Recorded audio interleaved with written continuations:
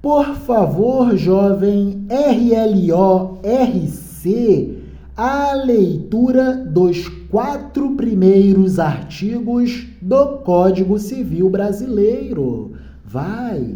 Artigo 1º. Toda pessoa é capaz de direitos e deveres na ordem civil. Artigo 2º. A personalidade civil da pessoa começa do nascimento com vida, mas a lei põe a salvo, desde a concepção, os direitos do nascituro. Artigo 3º. São absolutamente incapazes de exercer os atos da vida civil. Incisos. Incisos 1º. Os menores de 16 anos. Inciso 2º. Os que, por enfermidade ou deficiência mental, não tiverem o necessário discernimento para a prática desses atos. Inciso 3º. Os que, mesmo por causa transitória, não puderem exprimir sua vontade. Artigo 4º. São incapazes relativamente a certos atos ou à maneira de os exercer. Inciso 1. Os maiores de 16 anos e menores de 18 anos. Inciso 2. Inciso 2º. Os ébrios habituais, os viciados em tóxicos e os que, por deficiência mental, têm o discernimento reduzido. Inciso 3º. Os excepcionais, sem desenvolvimento mental completo. Inciso 4º. Os pródigos. Parágrafo único. A capacidade dos índios será regulada por legislação especial. Maravilha! Vamos à aula. E o primeiro artigo que nós vamos analisar, que é o artigo 1º... Foco total! Já é um artigo que é alvo de muitas polêmicas. Por quê? Porque, como vocês vão perceber, o Código Civil é principalmente na parte geral, onde estão disciplinados os principais elementos de toda e qualquer relação jurídica, sujeito de direito, pessoa natural, pessoa jurídica, objeto de direito, bem jurídico e toda a teoria do fato jurídico. Os artigos da parte geral, especialmente, não vão conseguir nos dar a dimensão do que é o Código Civil, ou melhor, do que é o direito civil, dentro dessa perspectiva que nós vamos analisar aqui. Mas nós vamos fazer todo o esforço possível para, por meio dos artigos, te dar essa noção de como analisar e entender esse direito civil artigo por artigo. O artigo 1º diz assim: toda pessoa é capaz de direitos e deveres na ordem civil.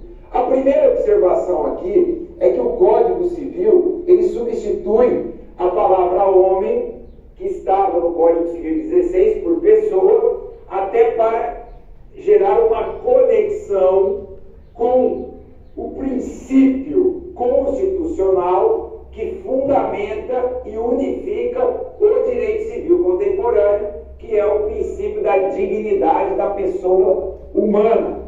Então, essa substituição da palavra homem por pessoa já foi um avanço considerável, mas insuficiente para que possamos entender exatamente do que trata esse artigo 1º. Porque ele diz assim: toda pessoa, beleza, pessoa ótima, é capaz de direitos e deveres na ordem civil. E aqui nós também temos uma segunda inovação, que é que o Código Civil não fala direitos e obrigações, fala direitos e deveres, porque deveres têm uma perspectiva mais ampla. Obrigações, ela tinha uma perspectiva muito restrita questões patrimoniais. Deveres não, deveres nós podemos falar em deveres de natureza patrimonial e deveres não patrimoniais. Por exemplo, o princípio da boa-fé objetiva impõe deveres. São deveres que transcendem a questão patrimonial. São deveres não patrimoniais e integram, por exemplo, as obrigações, contratos, enfim. Então a terminologia melhorou, houve uma melhora da terminologia na substituição dessas palavras. O problema é que, embora agora nós falemos em pessoa e direitos e deveres, numa acepção mais ampla, deveres patrimoniais e deveres não patrimoniais, esse artigo tem um grande problema que é alvo de milhões de polêmicas na doutrina. Por quê? Quando ele fala que toda pessoa é capaz de direitos e deveres na ordem civil, a questão é o que significa essa questão, ou melhor, esse termo, capacidade. Ou seja, nesse momento, o Código Civil está tratando de quê? Que capacidade é essa? Ao dizer que toda pessoa é capaz de direitos e deveres na ordem civil, nós estamos falando de quê? Veja só, para entender essa questão, só uma ideia bem básica. Nós não podemos confundir no direito civil contemporâneo sujeito de direito, personalidade com capacidade jurídica, que se subdivide em capacidade de direito, aquisição, e capacidade de fato, exercício. Sujeito de direito é gênero. Nós temos sujeitos de direito, presta atenção nisso, com personalidade e sujeitos de direito sem personalidade, os chamados entes despersonalizados. Veja que interessante. O sujeito de direito que tem capacidade, que tem personalidade, que é um ente personalizado, esse sujeito de direito, ele tem capacidade jurídica, claro, e a capacidade de direito desse sujeito de direito personalizado é ampla. Um ente não personalizado, ele pode ter capacidade de direito, mas é uma capacidade de direito muito mais restrita. Ah, mas por que você está tratando disso para explicar essa questão do artigo 1º? Pelo seguinte, veja só, numa visão clássica, ou seja, considerando os parâmetros do direito civil clássico, positivismo, análise meramente estrutural formal, liberalismo, o que acontece?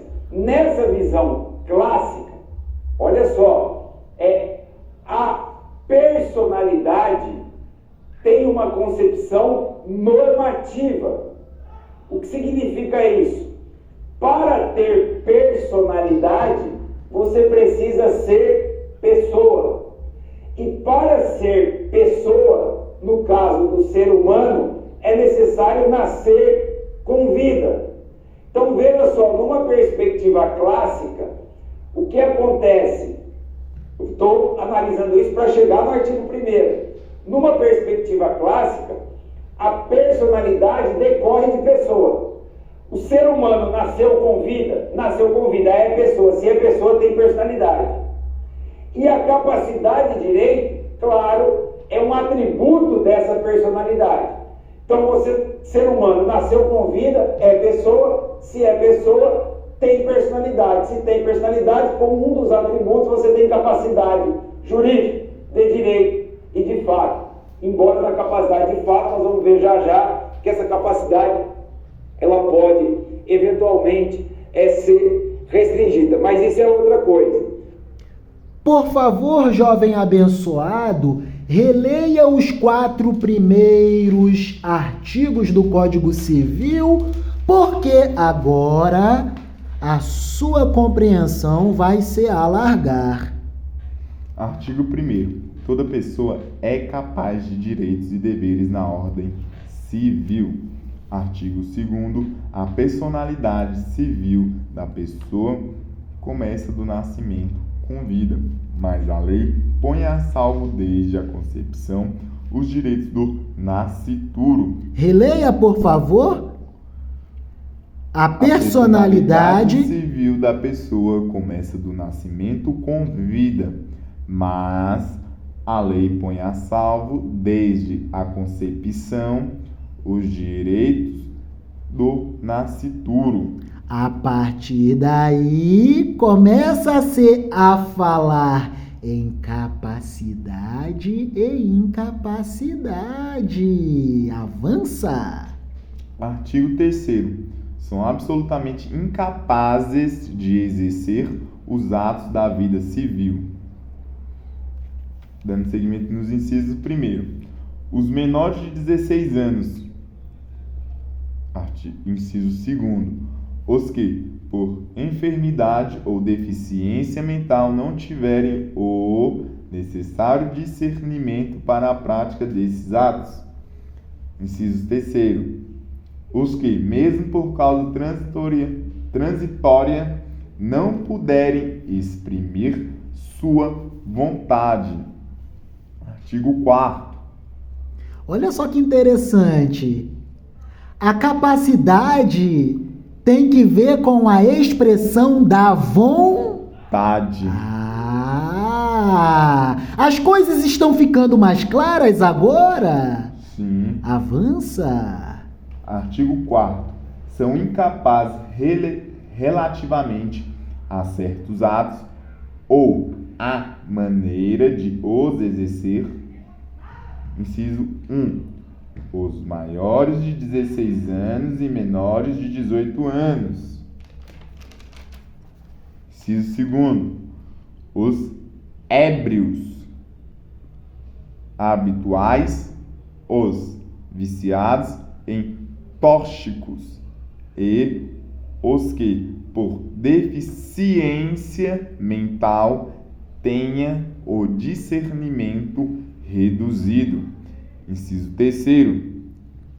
Os excepcionais, sem desenvolvimento mental completo. Inciso 4º. Os pródigos. Parágrafo único.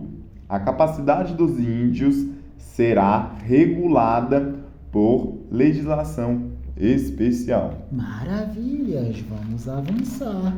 Numa concepção contemporânea de direito civil, a partir de novos paradigmas no direito civil, o que nós temos efetivamente dentro desses novos paradigmas? Nós temos agora não mais um direito civil positivista, mas um direito civil pós-positivista, não mais meramente estrutural, mas agora estrutural/funcional, não mais liberal, mas agora envolto num Estado democrático de direito, enfim. Eles são novos paradigmas, tanto é que a Constituição Federal e os valores constitucionais que fundamentam, são os parâmetros de referência do direito civil contemporâneo.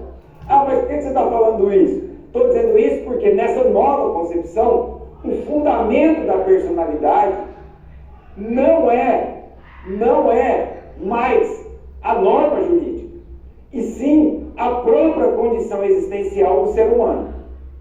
Ou seja, se você é ser humano, você tem personalidade. E claro, você é pessoa. Isso significa o quê?